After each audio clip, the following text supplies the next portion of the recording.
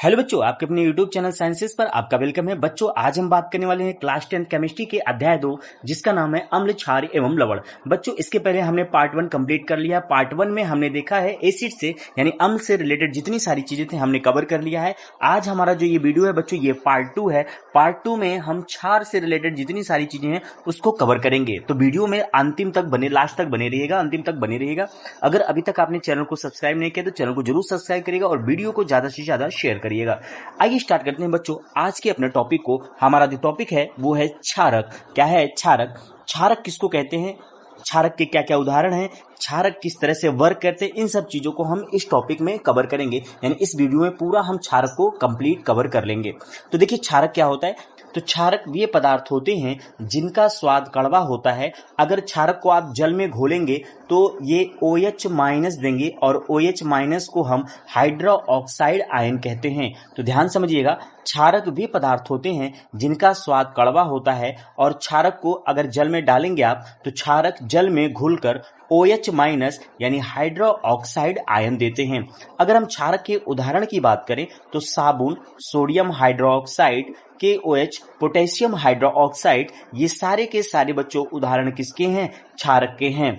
ठीक है, इस पे एक पॉइंट आपको ध्यान देने वाली कि क्षारक जो होते हैं वो लाल लिटमस पेपर को नीला कर देते हैं। ठीक है, क्षारक मान लीजिए एक लाल कलर का पेपर आपके पास है, ठीक है, उसको सॉल्यूशन में आप डाल दे रहे हैं तो अगर वो नीला हो जा रहा है तो मतलब जो विलयन है, जो सॉल्यूशन है वो क्या है? क्षारक है। ठीक है, एक चीज और पॉइंट्स यहाँ पे नोट पॉइंट में आपको कवर कर दिया गया है, मेंशन कर दिया है कि क्षार और क्षारक क्या होते हैं। ठीक है, क्षार क्या और क्षारक क्या होते हैं, क्या दोनों अलग अलग होते हैं, क्या दोनों एक होते हैं, इसको आइए समझते हैं। तो जो क्षारक जल में पूर्णतः घुल जाते हैं, ठीक है, अगर आप किसी क्षारक को जल में डाल रहे हो और वो पूर्ण रूप से घुल जा रहे हैं तो उन्हें क्षार कहा जाता है। यानी क्षार वे होते हैं जो पूर्ण रूप से घुल जाते हैं।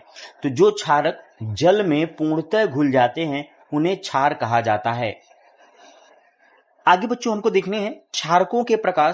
ठीक है, क्षारकों के प्रकार यानी क्षारक कितने प्रकार के होते हैं। तो क्षारक दो प्रकार के होते हैं। कितने प्रकार के होते हैं? दो प्रकार के होते हैं।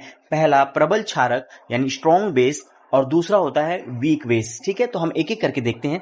प्रबल क्षारक किसको कहते हैं? तो वे क्षारक जो जल में पूर्ण रूप से घुल जाएं प्रबल क्षार कहलाते हैं। मतलब प्रबल क्षारक वे क्षारक होते हैं जिनको पानी में डालने पे वो क्या हो जाएं? पानी में पूरी तरह से अदृश्य हो जाएं या पूर्ण रूप से घुल जाएं, वे क्या कहलाते हैं? क्षार कहलाते हैं। तो वे क्षारक जो जल में पूर्ण रूप से घुल जाएं प्रबल क्षारक कहलाते हैं। एग्जाम्पल के तौर पर आप पोटेशियम हाइड्रोक्साइड यानी KOH, सोडियम हाइड्रोक्साइड यानी NaOH और बेरियम हाइड्रोक्साइड, ये सारे के सारे जो बच्चे होते हैं ये क्या होते हैं? प्रबल क्षारक होते हैं। ठीक है, आगे देखिए, अगला जो हमें देखना है वो देखना है वीक बेस देखना है, यानी दुर्बल क्षारक क्या होते हैं।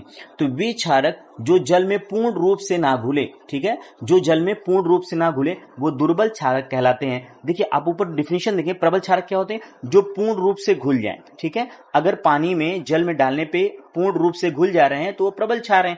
और वहीं अगर हम बात करें कि जो जल में पूर्ण रूप से ना घुले वो क्या कहलाते हैं? दुर्बल क्षारक कहलाते हैं। तो एग्जाम्पल के तौर पर एल्युमिनियम हाइड्रोक्साइड AlOH का होल थ्राइस, ठीक है, ये एल्युमिनियम हाइड्रोक्साइड है और साथ ही साथ NH4OH अमोनियम हाइड्रोक्साइड। ठीक है बच्चों, क्या होता है? अमोनियम हाइड्रोक्साइड, ये सारे के सारे वीक बेस हैं यानी दुर्बल क्षारक हैं। ठीक है, आगे देखिए क्षारक के जो भौतिक गुण होते हैं, जैसे आपने लास्ट वीडियो में आपने पढ़ा था कि अम्ल के भौतिक गुण क्या होते हैं, उसी तरह क्षारक के भौतिक गुण क्या होते हैं, इनको आप एक एक करके देख लीजिए। क्षारकों का स्वाद जो होता है वो तीखा कड़वा होता है। ये साबुन की तरह चिकने यानी सॉफ्ट होते हैं। क्षारक लाल लिटमस पेपर को कैसा कर देगा? नीला कर देगा। अम्ल की तरह क्षारक भी संक्षारण प्रवृत्ति के होते हैं। तो फिर से देखिएगा, क्षारकों का स्वाद तीखा और कड़वा, साबुन की तरह चिकने होते हैं। क्षारक लाल लिटमस पेपर को क्या कर देते हैं? नीला कर देते हैं। और अम्ल की तरह क्षारक भी संक्षारण प्रवृत्ति के होते हैं। तो ये कुछ पॉइंट्स थे क्षारक के भौतिक गुण में।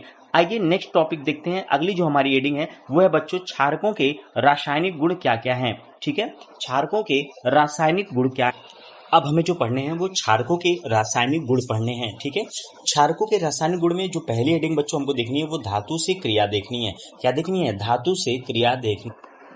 प्रबल क्षारक सक्रिय धातुओं से क्रिया करके हाइड्रोजन गैस बनाते हैं। ठीक है, आपको देखना है यहाँ पे कि जो प्रबल क्षारक होते हैं वो सक्रिय धातु से क्रिया करके हाइड्रोजन गैस बनाते हैं। सक्रिय धातु किसको कहते हैं आपको समझना होगा कि सक्रिय धातु अगर आप देखें तो एक विद्युत रासायनिक श्रेणी होती है, उसमें एक पैरामीटर लेते हैं हाइड्रोजन। हाइड्रोजन के ऊपर वाले जितने तत्व होते हैं वो सक्रिय धातु होते हैं। ठीक है, सक्रिय तत्व होते हैं, तो उन्हीं को ये सक्रिय धातु कह रहे हैं।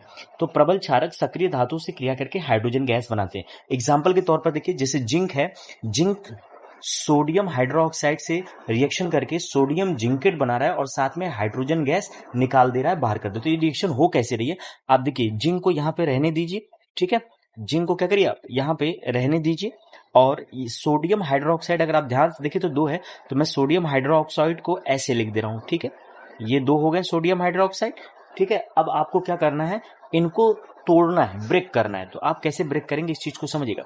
यहां से अगर आप ध्यान से समझें तो ये दोनों हाइड्रोजन को आपको बाहर कर देना है। ठीक है, ये दोनों हाइड्रोजन जब बाहर हो जाएंगे तो आपके पास बचेगा जिंक, और ये कितने सोडियम है, 2 सोडियम है। कितने सोडियम है, 2 सोडियम है। तो Na2 क्लियर है, क्या हो जाएगा Na2। उसके बाद ध्यान समझिए, यहाँ पे कितने ऑक्सीजन है, 2 ऑक्सीजन है। कितने ऑक्सीजन है, 2 ऑक्सीजन है। क्लियर है। उसके बाद ध्यान समझिए, यहाँ पे हम क्या करेंगे, कर लेंगे। उसके बाद देखिए यहाँ पे ये ZnNa2O2 है, तो इसको थोड़ा सा सीरियल फॉर्म में लिखते हैं, Na2ZnO2। ठीक है, तो ये सोडियम जिंकेट का फॉर्मूला हो गया। तो सेम रिएक्शन नीचे लिखी हुई, अगर आप ध्यान से देखना चाहें तो देख सकते हैं, नीचे सारी रिएक्शन क्या है, सेम तरह की लिखी है। आइए दिखाता हूं मैं रिएक्शन को आपको। तो ये जिंक है, जिंक किसके साथ रिएक्शन कर रहा है, सोडियम हाइड्रोक्साइड के साथ। थोड़ा सा यहाँ पे एक मिसमैच है, यहाँ पे ये फॉर्मूला नहीं होगा, बल्कि ये ध्यान समझिए, अब फॉर्मूला ये आपका सही है सोडियम जिंकेट का। तो ये जो जिंक है सोडियम हाइड्रोक्साइड के साथ क्या करेगा, ये रिएक्शन करके सोडियम जिंकेट बना लेगा और हाइड्रोजन गैस बाहर कर देगा। ठीक है, तो ये धातु से क्रिया। अब आगे देखते हैं धातु कार्बोनेट से क्रिया। किससे क्रिया, धातु कार्बोनेट से क्रिया। तो ध्यान रखने वाली बात है कि क्षारक जो होते हैं वो धातु कार्बोनेट के साथ क्रिया बिल्कुल भी नहीं करते, यानी यहाँ पे कोई भी रिएक्शन होगी नहीं होगी, ये नो रिएक्शन होगा। तीसरा बच्चों जो देखना है वो अम्ल से क्रिया देखनी है। क्या देखनी है, अम्ल से क्रिया देखनी है।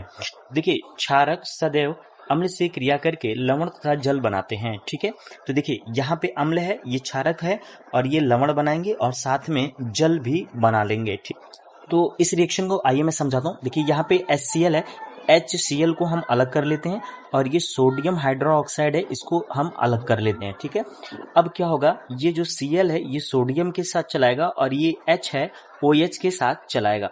तो अगर आप ध्यान से समझें, ठीक है, तो ये NaCl अलग हो गया। ठीक है, तो ये NaCl प्रोडक्ट बन गया। यहाँ पे देखिए एक हाइड्रोजन ये और एक हाइड्रोजन ये, तो कितना हो गया, 2 हाइड्रोजन यानी H2 हो गया, और ये एक ऑक्सीजन मिलके क्या बना लेगा, जल बना लेगा। तो ये कुछ इस तरह से रिएक्शन होती है।